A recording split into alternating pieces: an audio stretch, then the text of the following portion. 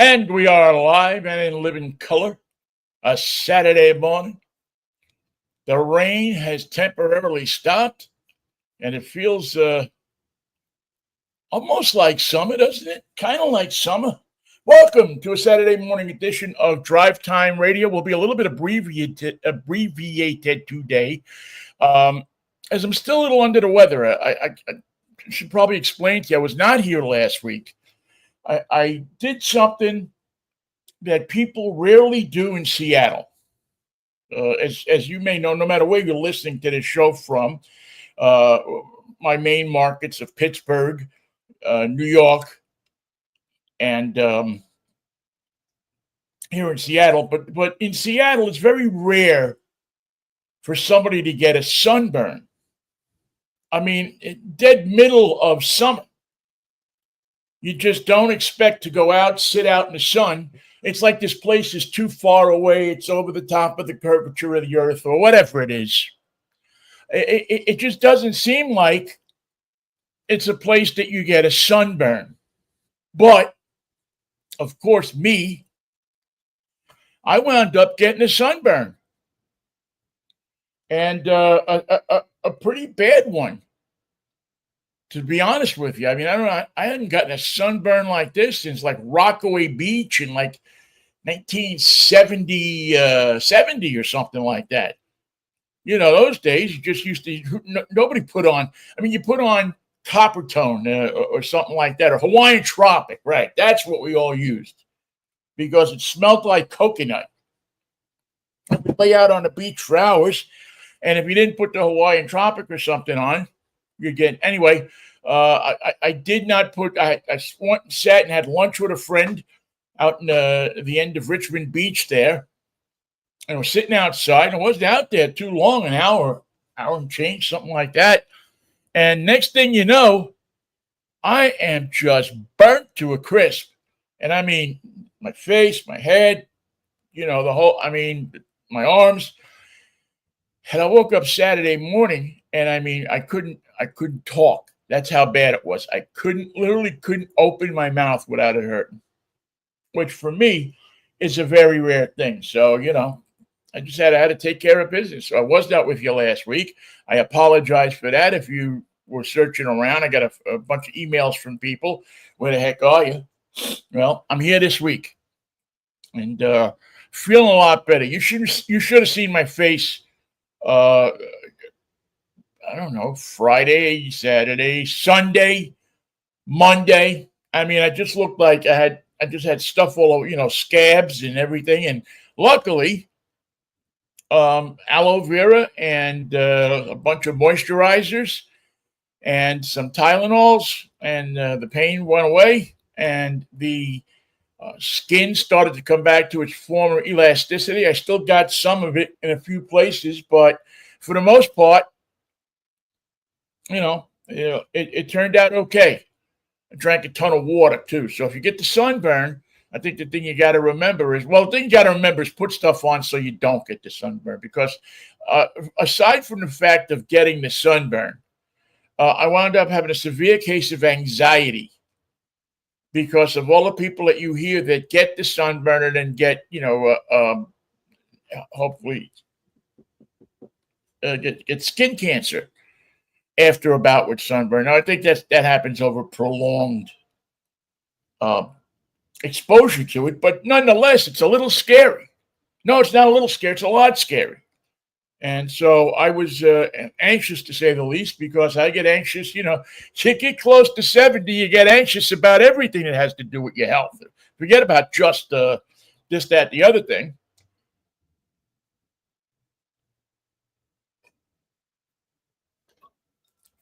Sorry, I'm working on my liquids. I still got to keep them pumping in. Anyway, so that episode is over. We're back this week. And while not up to full speed, I think we're up to enough of it where we can give you some information. And,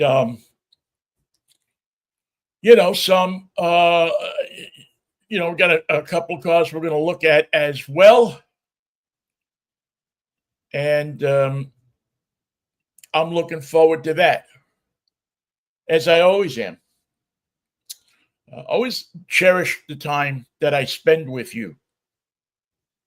Um, no matter where you are, it's just a fun, uh, whatever it winds up being, couple hour or so usually is what we do it. Couple of things in the box before we get down to some of the news. Got a guy that it's Speed Week this week in Monterey, or it's Car Week in Monterey. So all the show cars are down there, and the Elegant Affair is down there, and we endeavored to have somebody on. I don't know if Jimmy Palom is going to be able to join us or not from down there. He's photographing trackside this morning, and I would love to get him right from the track, right on the side of the track, and I'd love to get him on FaceTime right on the side of the track. We'll see if we can make that work or not. I haven't heard anything back from him. We talked earlier this morning. He said if he can do it, I don't want to put him in an unsafe position. Not paying attention. I mean, when cars whizzing by at between 150, 160, 170 miles an hour, you probably want to pay attention to what's going on there. But he's a cool enough guy and a good enough friend that said that if he can do it, he will do it. So we'll leave a spot open for him and spend some time with him if the occasion comes up. Good guy, good friend of the show, and I will be looking forward to that.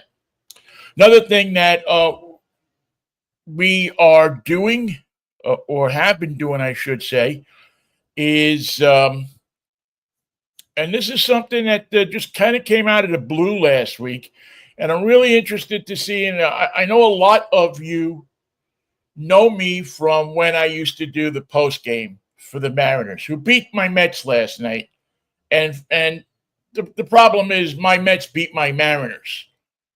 I mean, my Mariners beat my Mets. So, it's a wash for me. I'm happy whoever wins, to be honest with you.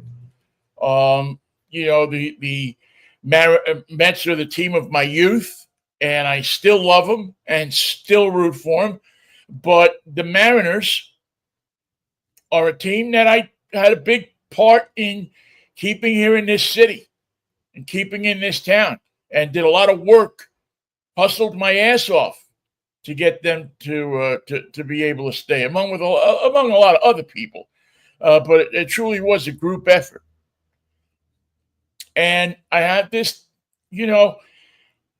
again, as you get older and you realize that time for you gets shorter, there are certain things you want to see happen. I have gone to the World Series with the Mets 4 times. 2015, 2000, 1986, 5 times, 1973, and, of course, that unbelievable year, 1969. I have never gotten a sniff. Well, I won't say I never got a sniff of a World Series, because I think we came pretty close in 2000. I think I think it goes without saying that we were pretty close. We were also pretty close in 95.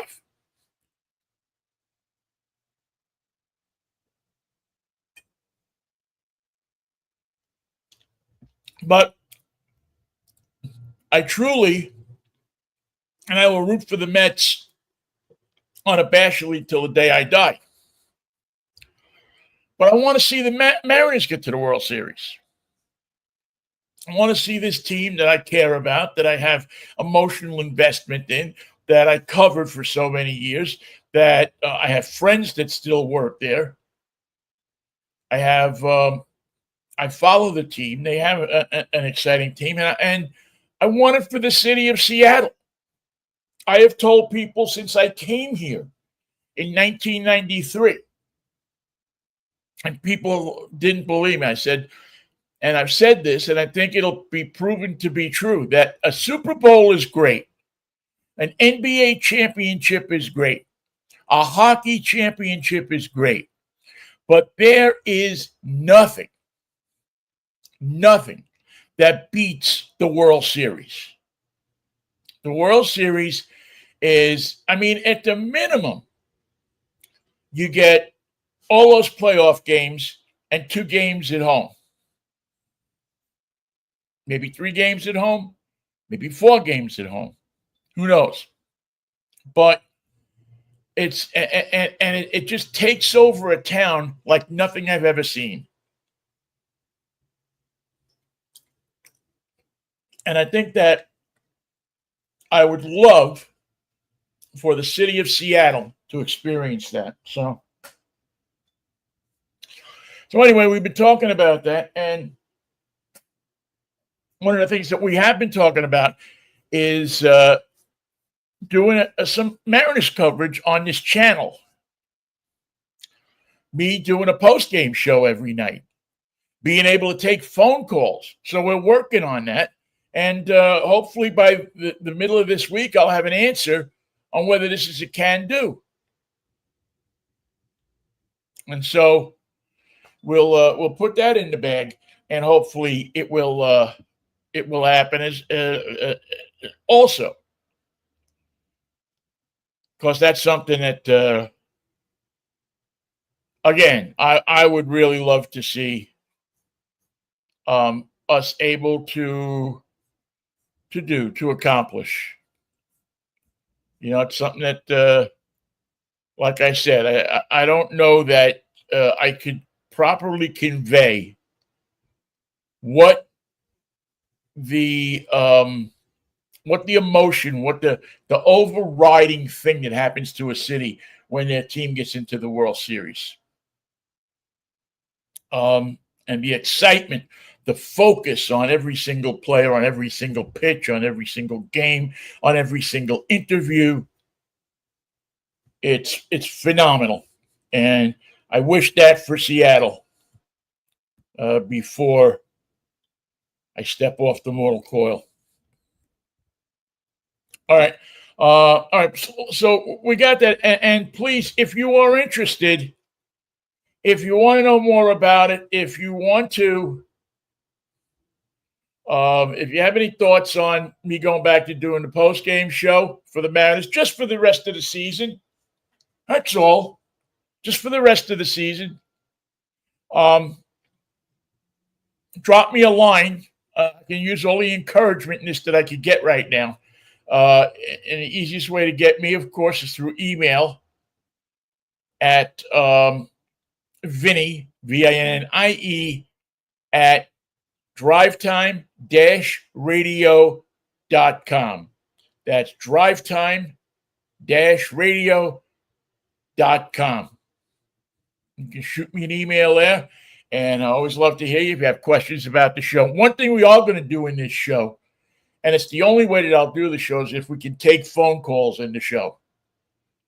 I think that's what's missing from sports radio these days, is the voice of the fan. Sitting here watching a guy reading your texts or your emails or your chat, whatever, however you get your thoughts to the person, is not good radio to me. The greatest thing about a baseball game, besides the game, is sitting in the stands and listening to the characters and hearing the people that talk baseball. And it's not texting baseball. It's not chatting baseball. It's talking baseball. Just like it's not texting cars. It's not chatting cars. It's talking cars. And part of the dynamic of having a radio show and having a show on the internet and doing all of this is that you get to talk to people. And I think in baseball, it is extremely important for us to be able to talk to each other. I mean, damn it, that's what's wrong with the world these days. Nobody's talking to each other. We text people and we send them notes and we say things and we do things that hide behind, a keyboard. When you got something to say to me, I want to hear your voice. It's part of how I get a picture of people. And I think it's a major mistake that program directors and radio stations and hosts don't do is they don't listen to people. They read their texts, but they don't listen to them. So maybe you and I and a few other people for the rest of the baseball season will be able to prove everybody that thinks they know what they're talking about wrong, or prove me wrong. I may be the guy that don't know what he's talking about. I'm not afraid to admit when I'm wrong. But I know that I used to have a lot more fun listening to post-game shows when they weren't sitting there talking to me about barrel speed and a bunch of numbers that I forgot 2 seconds after they, pumped them out there and they don't even know that it's true. I mean, they're going off of some stat that's something is being generated by some computer. But hell, man, you remember Mickey Delaney. You remember Tom from Tacoma. You remember the callers to the talk radio stations that they used to put on the air. You remember them all because they brought a unique and distinct personality to the airwaves. They brought something more. They could pay somebody. You don't have to be a baseball fan to sit here and read, Barrelhead and how much this, that, the other thing. And again, maybe things have changed so much in the game of baseball and radio and communications that I'm 100% wrong. But I'll tell you what, I don't think I am. I think that if we could make this thing happen, and again, I'm not saying it for the rest of the season. As a matter of fact, I'm quite surprised that some radio station hasn't called me up from here in town already and said, "Listen, why don't you come in after the Mariners games for the rest of the season and come on in and sit down and do your thing, and let's see if you got something." But it's all run by such corporate people these days, and people that have to feel that they're right. I mean, if I went into a radio station and I did that and it worked, they'd have to change their whole style of programming. They'd have to admit they were wrong. And let me tell you something. I've been around enough radio stations in my life to seriously tell you that people don't like to admit when they're wrong. It's an ego-driven business. Whether it's coming out from a keyboard or coming out of somebody's pie hole. So anyway, that's the deal. And I'm sorry if I'm scratching and stuff, but it's just the sunburn is still getting me. Anyway, all right, let's talk a little bit about what's going on. It's Speed Week. It's that wonderful week down in Monterey. And again, I tell you that if you ever get a chance to get in your car and go down to Monterey, California for that week when the Pebble Beach Concours is going and everybody, the whole automotive world, there's 3 events that you should never miss if you're an automotive fan. And that is the Indianapolis 500,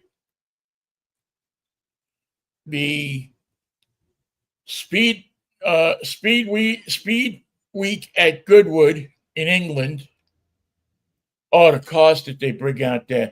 I got a guy I know is a bigwig over Subaru, and he goes over there every year to the Goodwood Festival of Speed. And boy, the pictures he sends back and the stories he tells, Dominic is, you look forward every year to hear his stories of what happened there this particular week. They've been doing this event for years and years and years. I think before World War II, it's been done. And believe me, you want to see cars that they stroll out. And Monterey is another one. Monterey is the American version of that. They have Laguna Seca down there. It's on the Monterey Peninsula, the Pebble Beach Concourse. You see these incredible cars, both in value and in historical significance. And so if you ever get a chance to do that, to go down there, and you don't have to, I mean, it's nice if you can get into the stuff, the different venues and the different parties that the car companies put on, but it's people in car watching at its best. You could just sit on a corner in Monterey. Just pick yourself a good corner out by the, Pebble Beach, the golf course out there, and just hang around, and what you'll see just driving by you will be enough to satiate you. But if you can score some tickets to some of these events, and they're all tickets to be given out by the car companies, but that's okay. There's always tickets around. This is one of those events, I believe, that if you want to go, you dress up decently. You don't have to dress up in a tux, but you dress up nicely so that if somebody has an extra ticket, they're not afraid to give it to you.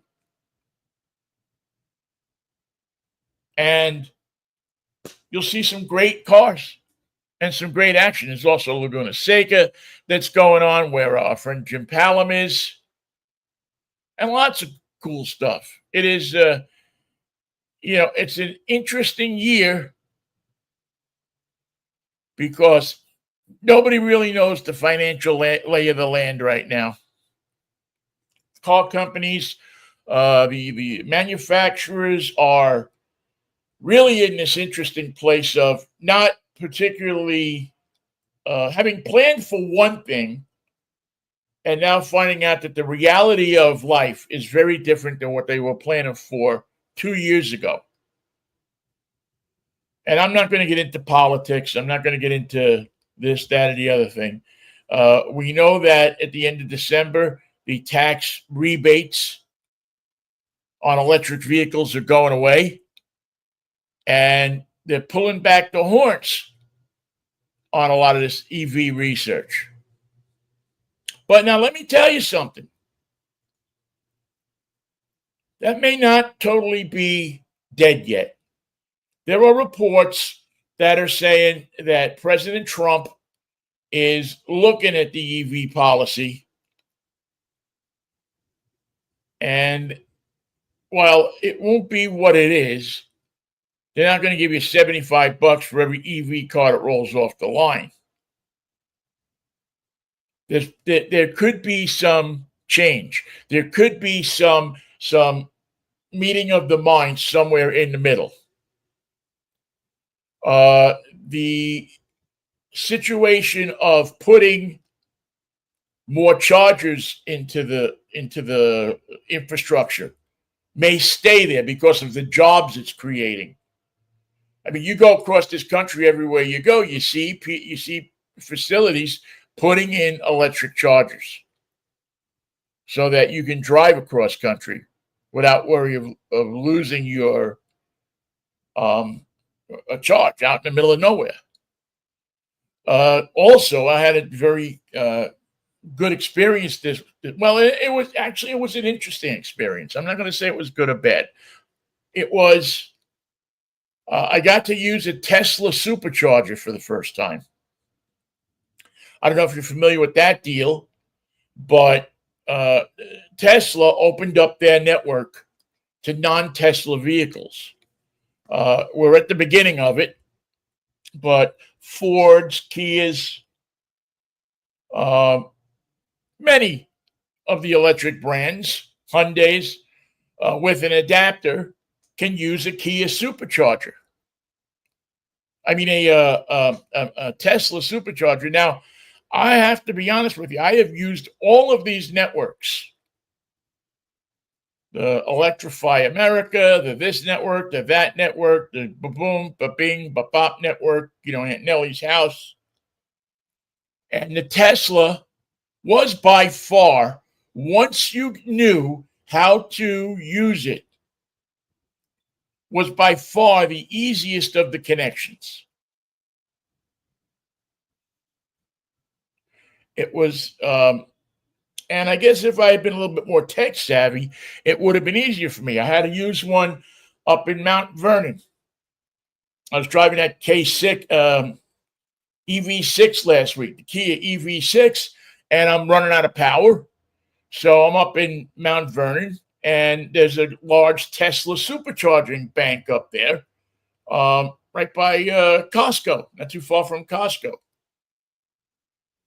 So I said, all right. I mean, I could go around to the Electrify America. I said, let's hear the Tesla thing. Let's give it a shot. So we pull in, and I'm the only non-Tesla among 2, 4, 6, 8. I think eight or 10 charges, but a large bank of Tesla chargers. Now, if you're the first time you're using these things, you don't know about it, and there's no instructions on it. The only thing that's on here is a little Q code, which, you got to put it together. I'm used to the charges where you hit the screen on the front, and it gives you the instruction. It prompts you. You put the money in, or you put your credit card in, and boom, it goes. No, with the Tesla, you have to do the Q code. Then you have to sign in. You have to make an account, give them a credit card, all of that kind of stuff. Takes you about 20 minutes to do. Maybe a little faster if you're a little bit more tech savvy. But it was a pretty simple process. And so now I'm registered as on the Tesla network. So now I'm pulling up I'm at the Tesla charger. I pull next to it. I connect the charger. I didn't need an adapter because the vehicle, the Kia EV6, has the Tesla type port in it already. So you don't need an adapter. All you have to do is open the little door. You'll see it there. You plug the Tesla charger in. One says hello to the other, checks out your credit card, says you're okay to go. You're charging. And then you're charging fast, much faster. I think once we started charging, once we had the whole system down, so I count it as time that I heard the two devices talk to each other and click up to a 90% charge. And I think it was less than an hour. It was quick, and it was fast, and it was good because it was a scorching hot day, and I had a sunburn, and I was not in a good mood, to say the least. But I got to give Tesla credit, man. I'm not a big Tesla fan, but I was pleasantly surprised at how simple it was to charge that car. Now, if every electric car experience is as it was for the Tesla charging experience, once they had my information and had created an account for me, once they did that, it was easy peasy. It was no problems. Tesla has this thing down. They know how to do it. They've been doing it a while. They know how to do it.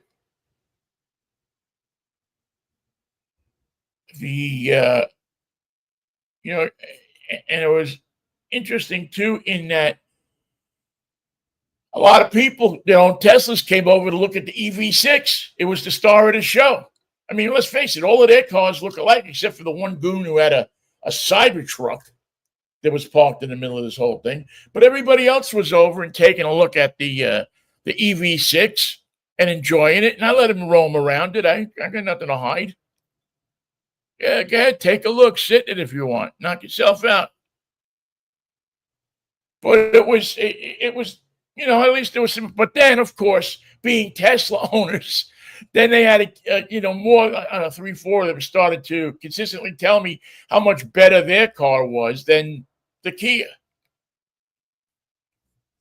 And I didn't believe that for a minute. Now, I will give them that the charging systems are better. And you don't know how much that means unless you drive one. If you don't drive one, or you don't have the experience to use it versus the other electric chargers, and I've been using these cars long enough now that I've got a good comparison of who the best is and who the worst is. And it was just this simple method of opening this car up, plugging in, charging up, and moving on. Boom, boom, boom. It was what, and again, I delineate this from the time that I got my account. Once I got my account set up, which I would have set it up before if I knew that that's how it worked, but I didn't know until I got to the charger. But from plugging the charger in and the two machines, the charger and the car talking to each other, to the finish, it was a great experience. Highly recommend it. As a matter of fact, I highly recommend it so much that it's now made me curious about driving a Tesla. I've never driven a Tesla.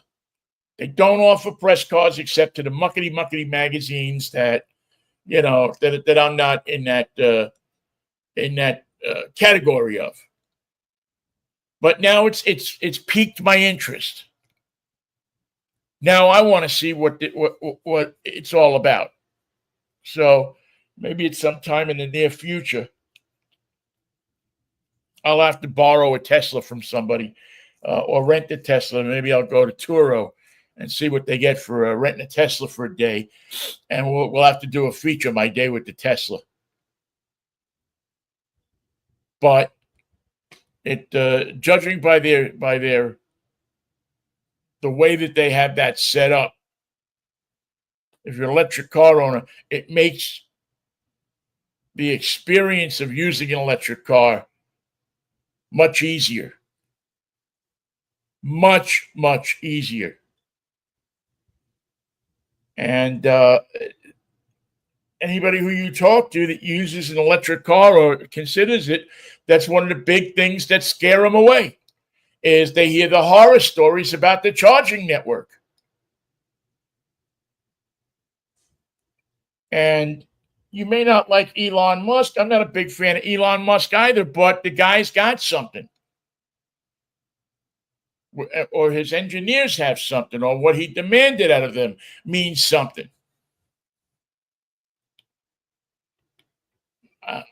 What can I say?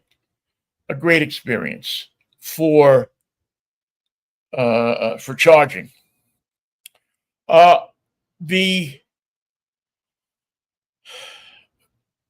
if you're one of those people who are still hell-bent on the ICE engine, well, I guess I shouldn't say ICE anymore, because now you don't know what people are talking about, whether it be immigration or internal combustion engine.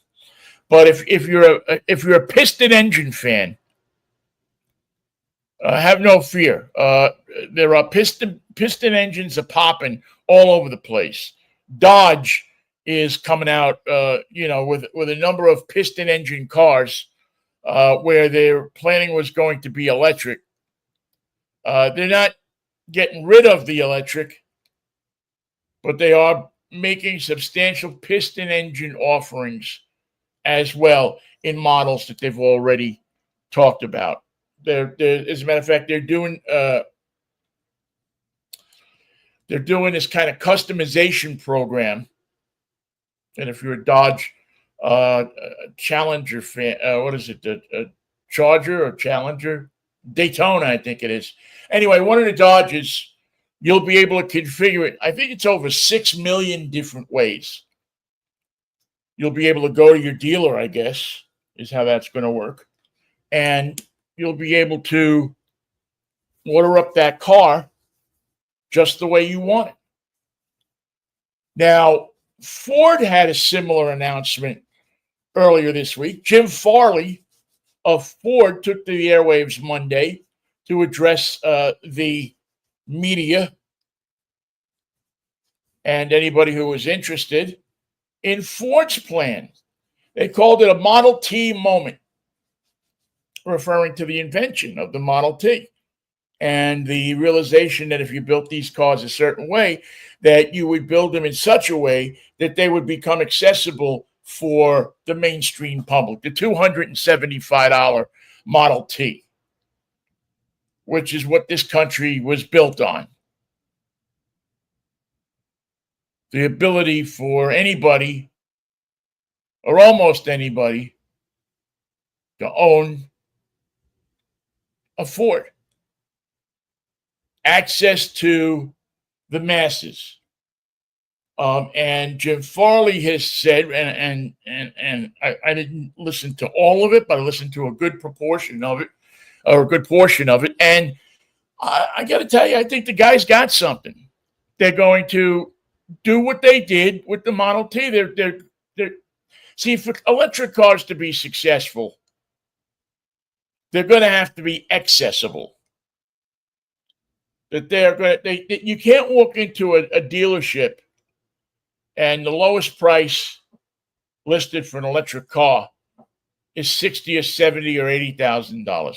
That's not going to fly. As your average consumer is not going to pay that kind of money for something that they don't really know about. Now, once this Tesla thing, this idea with the chargers and the ease of using this Tesla network on your car gets around and starts to get into the mainstream media, and reporters start to write about it and tell people, and radio hosts like me start to voice that it is really a great thing. It's an easy thing to do. It works seamlessly. Once you get that into the equation, well, that's a pretty good thing. I mean, I think you're going to be able to,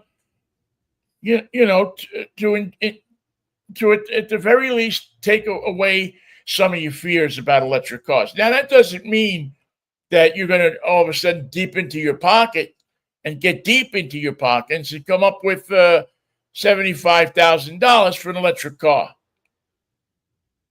That's problem number two, is you have to make them accessible with the electricity and affordable with the cash. You can't give somebody a $1,500 a month car payment. That's just, I mean, America is going into hock. And that's why, these car payments that are $200 a month, those are manageable payments, $300 a month, $400 a month.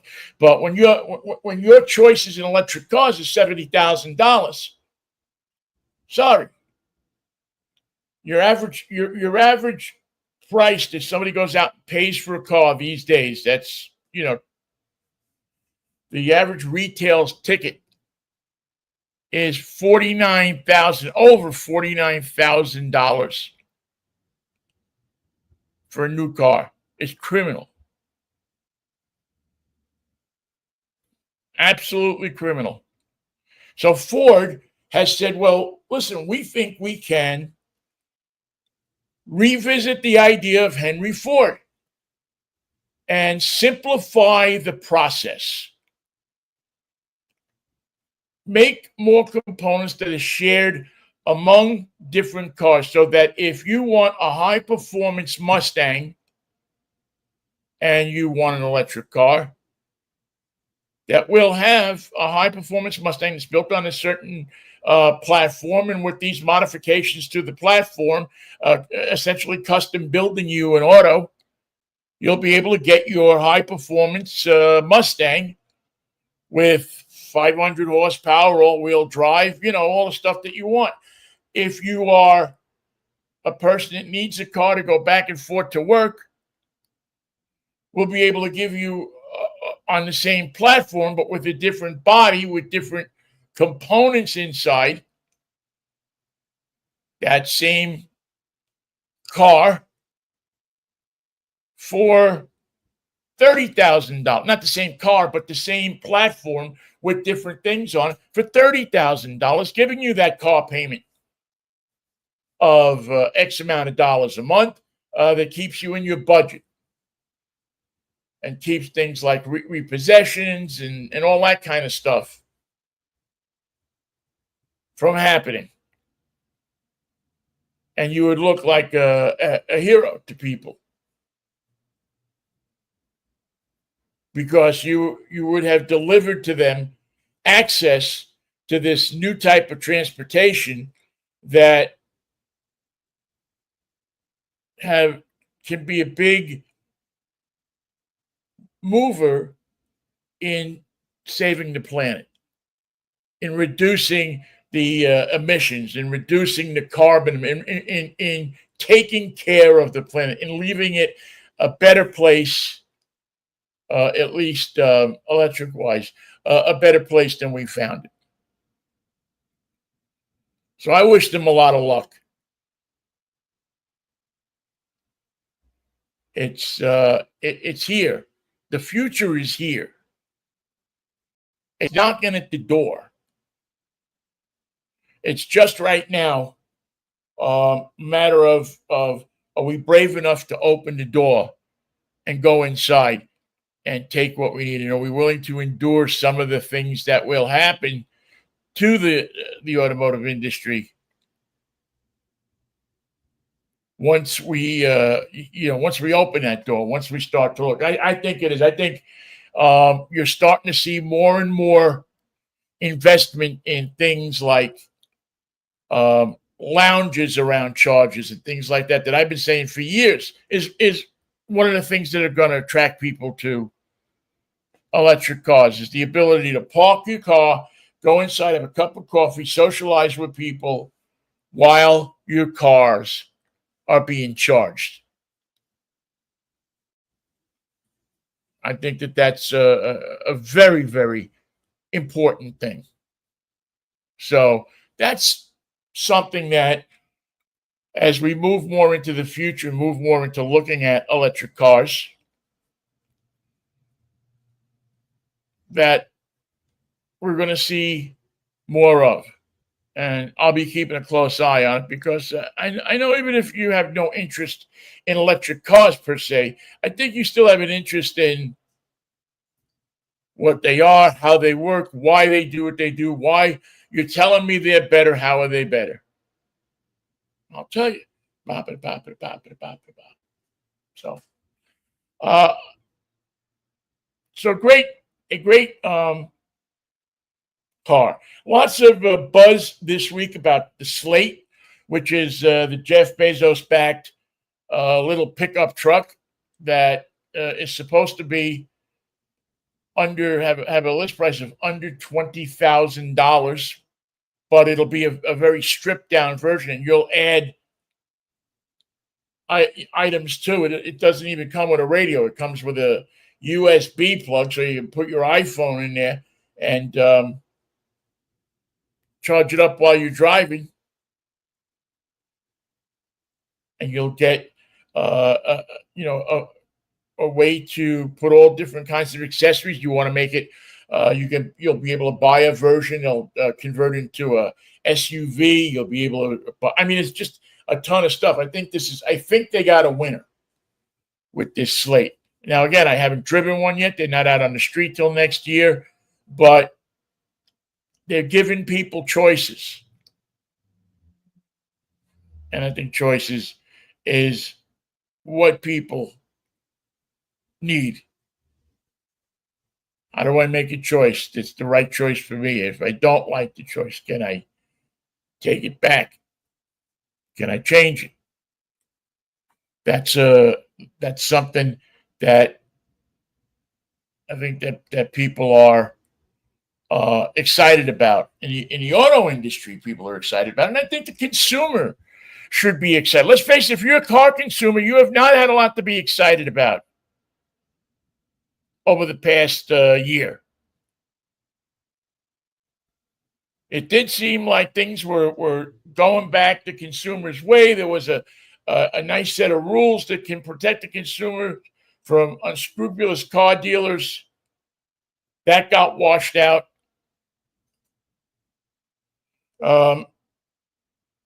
There's a lot of different things that put the consumer at the head of the line of people who need to get served by these different companies, and that got washed out.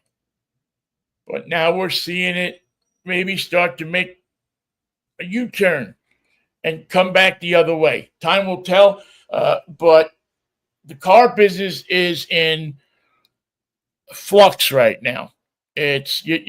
Nobody really can predict what's going on. Anybody that tells you that they have a finger on what's going on in the car business right now isn't telling you the truth. I don't know. You don't know. He don't know. That person over there is telling you that they don't know. They don't even know what's going to happen when their car breaks down. The places that are making money are the people that are selling used cars. I just read about Carvana, a place that 2 or 3 years ago, and we had the father and son that were on here. Oh, they'll be dead. They'll be out of business. They don't know what they're doing. They're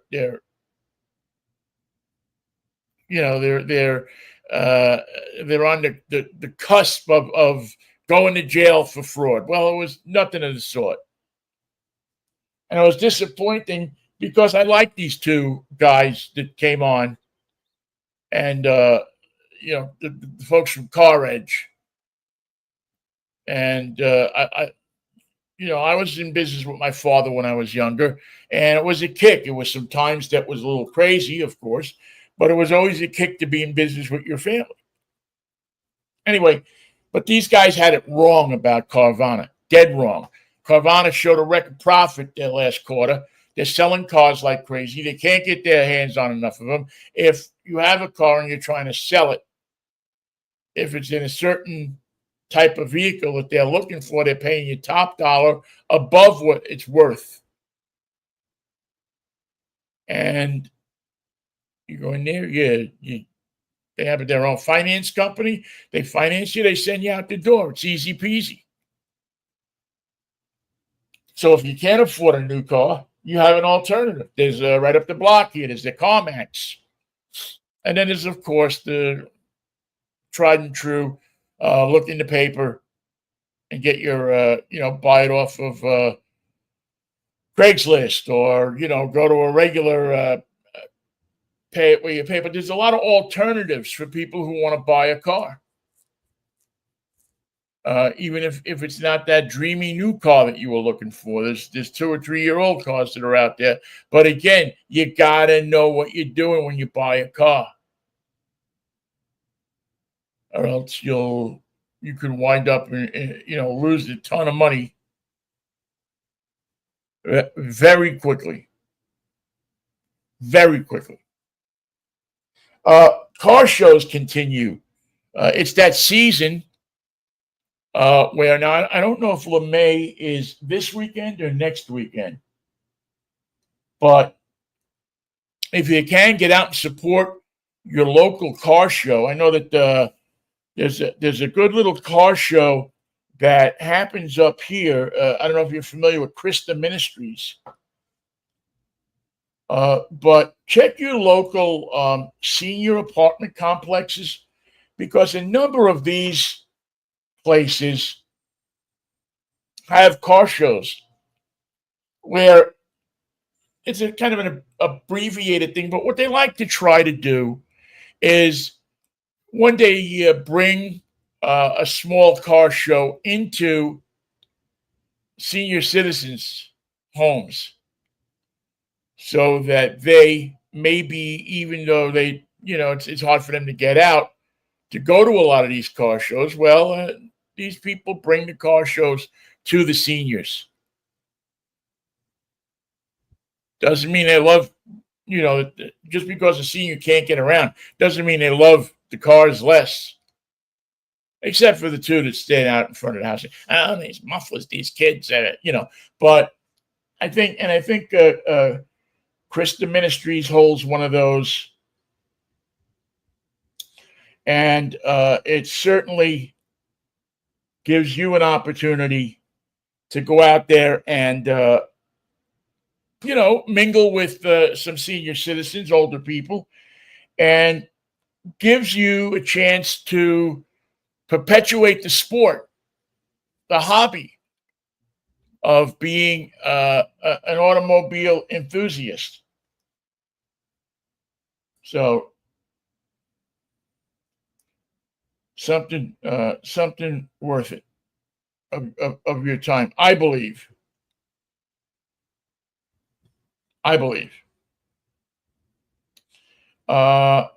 What else did I want to jump in here with?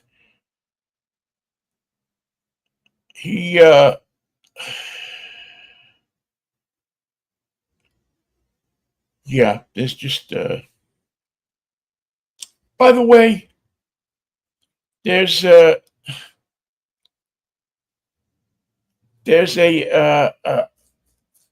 ad running on Facebook, and I've seen this ad now running for a while. And it says that, send them a picture of your car and they'll estimate the damage. It's collision. It looks like they're doing collision repairs. I don't know. I'm not a big fan of it.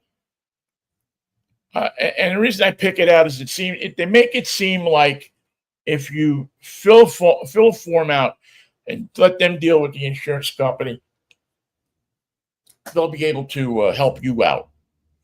And that may well be true. But I have found in auto repair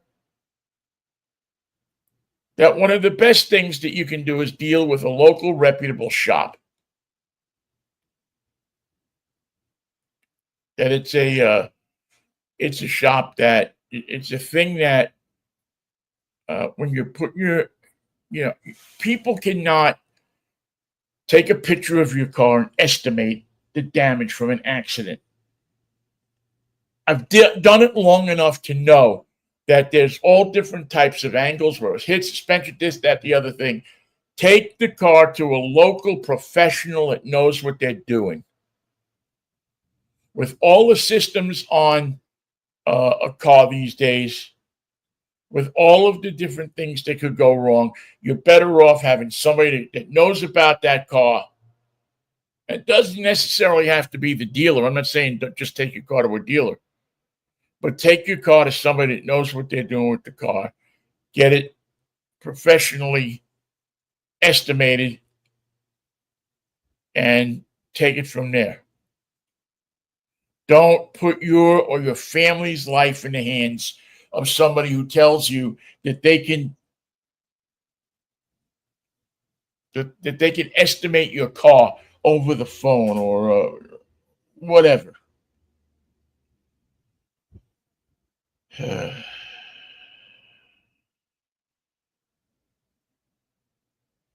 What else do we have there?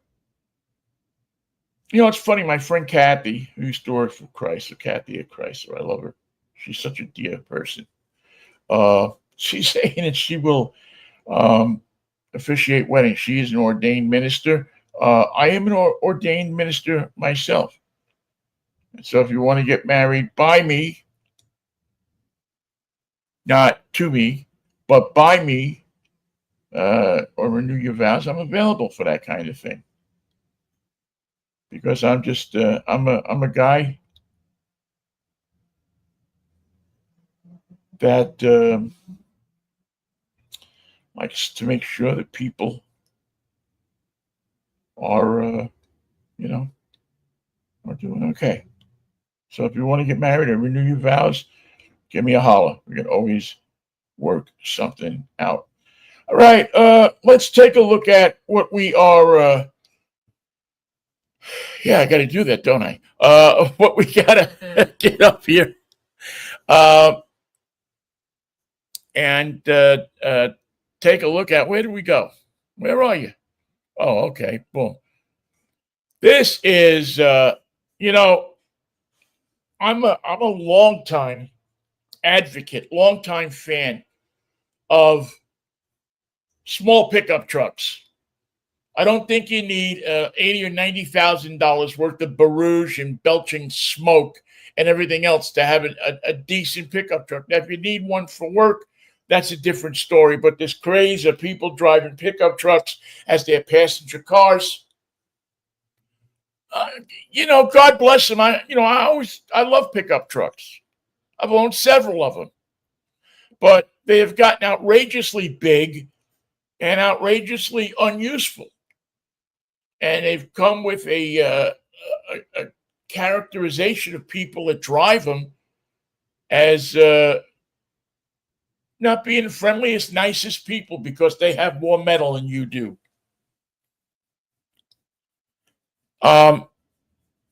And plus the price is outrageous. Again, $80,000, $90,000, $100,000 for a pickup truck. You're putting your future in jeopardy. $90,000 for the truck plus the interest. I don't know what kind of bank you're making, but it's unaffordable for me. But, and I'm not saying that they're not nice trucks. I'm just saying that that's a lot of money.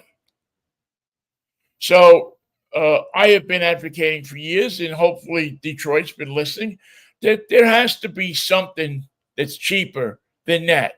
There has to be something that's cheaper than this huge, wildly huge truck that is bigger than half the other cars out on the road, and with all the safety equipment in the world, the bumper is up high here. You can't see a kid when they're crossing the street. We need something a little bit more tame. Not to mention the fact that, where do you park it? Well, Ford has addressed this with the Maverick. Been around, I think, since 2022.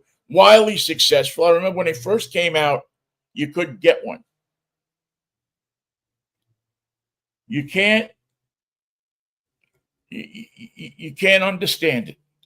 Well, why can't I just go down? Because people love them. One thing I never thought I would see, just like but you live long enough, you realize that nothing should surprise you anymore, is a performance version of the Maverick. And then I originally thought, well, maybe it'll be like the Maverick Grabber.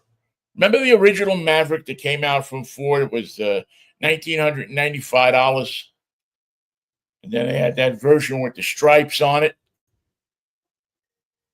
And this is a reminder. Take my place. It was it was a sharp looking car. I think they called it the Grabber. Take my place. And it had a special stripe kit, and I think they dropped a V8 into it and a stick shift, and it was actually kind of a cheap Mustang. Pretty fun cars to drive. Well, you know what? History repeats itself. This car, this little pickup truck, which I think is a perfect first new car for a family, or second new car. It's 4 doors. It's got fold down seats. You could convert that whole thing into a bed if you're going to go camping. I mean, it's really a nice vehicle. Well, the people at Ford for 2025 came out with something that I've been having fun with. It is the Lobo. Now, Ford has fun with animals. if you remember a few years ago when they came out with the Bronco, they had the GOAT,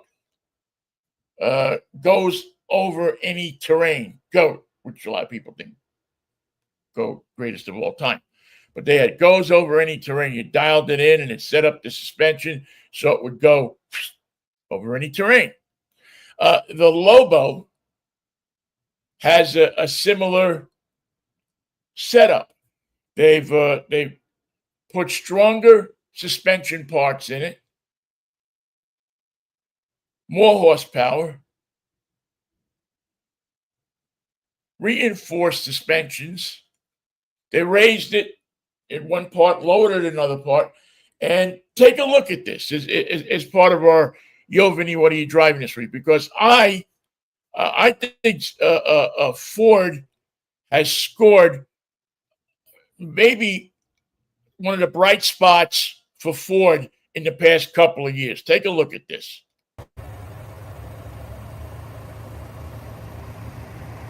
This is the Ford Maverick Lobo edition. And as you can see, it has a little bit of a different look in the front.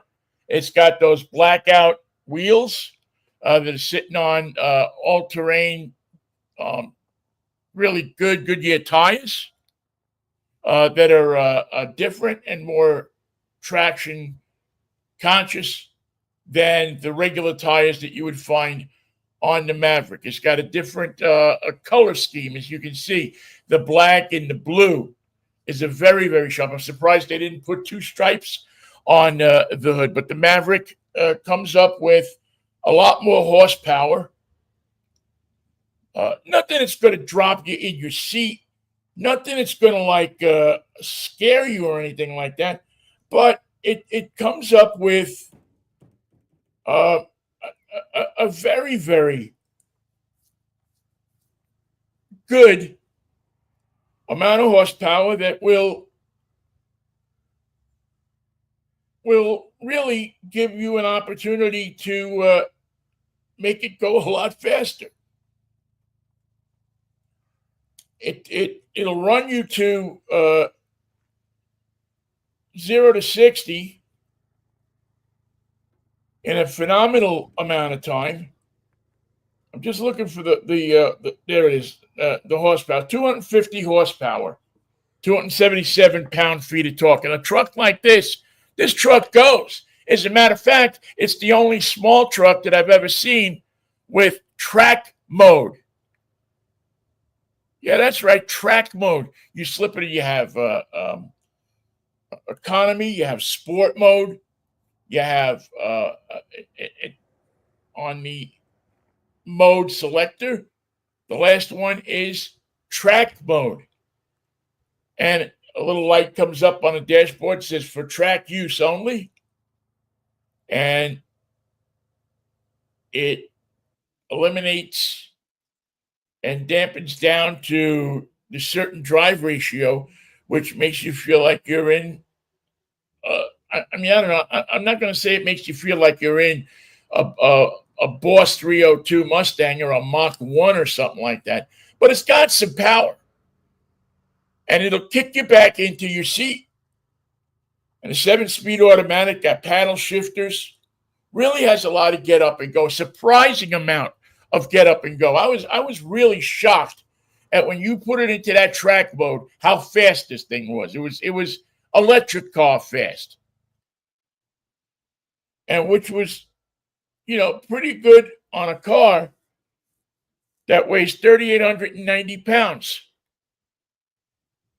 Plus, you get the pickup bed. You get all of the other options that this is the higher packaged one. It goes for around $43,000 with a sunroof that opens, with a rear sliding roof that opens. I can't imagine any option that you could want on this Maverick that's already not there. Maybe if you're a chrome wheels guy or a different a shiny metal wheels woman, you might want to change the wheels. You might want to change the tires. You might want to get on a Les Schwab and see what they got cooking as far as performance tires. They'll take you off-road. But as it sits from the factory, this little, 121-inch wheel-based pickup truck is a surprise. Now, again, I haven't had a chance to put it all through its paces. I'm going to take it up to the Joe today and take it for a ride and see what it's got. But I hope that the other companies that are coming up with these small vehicles will be paying attention to what Ford has done here, because they've created a vehicle that really has one. It's the only vehicle like it in its class right now. As I said, the 2.0-liter turbo port and direct injected double overhead cam gives you 250 horsepower. And it's just a pleasant, it's a pleasant vehicle to drive. It's a practical vehicle. They did something really smart in this vehicle. They kept the interior the way it originally was constructed. They didn't get fancy with it. They didn't add, except they put in a pair of seats that have the Lobo emblem on it. There's a little Lobo emblem, and they put different coloring in the stitching. But the basic utilitarian interior of this vehicle remained the same. And I thought, to me, that was one of the most impressive parts of this vehicle, is that it really gave you a sense of that they weren't wasting a lot of money on a lot of fancy interior. There wasn't a lot of leather around. There wasn't a lot of unnecessary stuff. They increased the size of the screen in the middle. I think it's up to 13 inches now. But it's it's a vehicle that is an all-purpose. It's a true utility vehicle. It can act like a passenger car. It's a first. Even if you don't go for the Lobo version, even if you just go back to that $25,000, $30,000 version, it's still just a great vehicle. And it's great to see that Ford, any company for that matter, but Ford went out and created a class of vehicle that so many people have wanted in this country. They want a pickup truck, but they don't want to drive a Barouche. They don't want to drive a $90,000 Super Duty F450. They just want to drive something that's practical, that you can see over the hood, that's going to be reliable, and is going to perform for you. And so far, and as I said, I've only had the vehicle a couple of days. We'll do a lot of testing with it this weekend. Ford has really come up with an incredible vehicle here. And, not just the Maverick pickup, but this Lobo edition. Look at this. This is great. Isn't this great? Track use only. Listen, even if you're never going to go near a track with this thing, you're going to get to see that track use only, and you're going to feel like king of the road.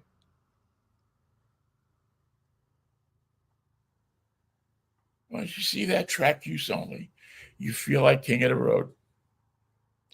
So that's the Maverick. I think we'll have a full report on it, and next week or within the next couple of weeks. But if you're looking for a performance vehicle that's pretty decent in the pocketbook, is not electric, you don't want an electric, this is certainly one worth looking at. It's at your Ford dealer. And if you have any questions about it, please feel free, because I'm not at your Ford dealer. I could be sometimes, but I don't usually announce it when I go to the Ford dealer. Usually I used to announce it when I would go to the Chevy dealer.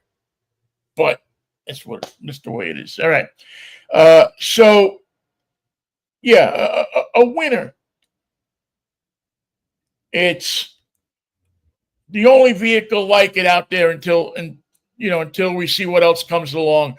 Toyota, so many manufacturers are rumored to be having something coming down the pike, a small, compact pickup truck.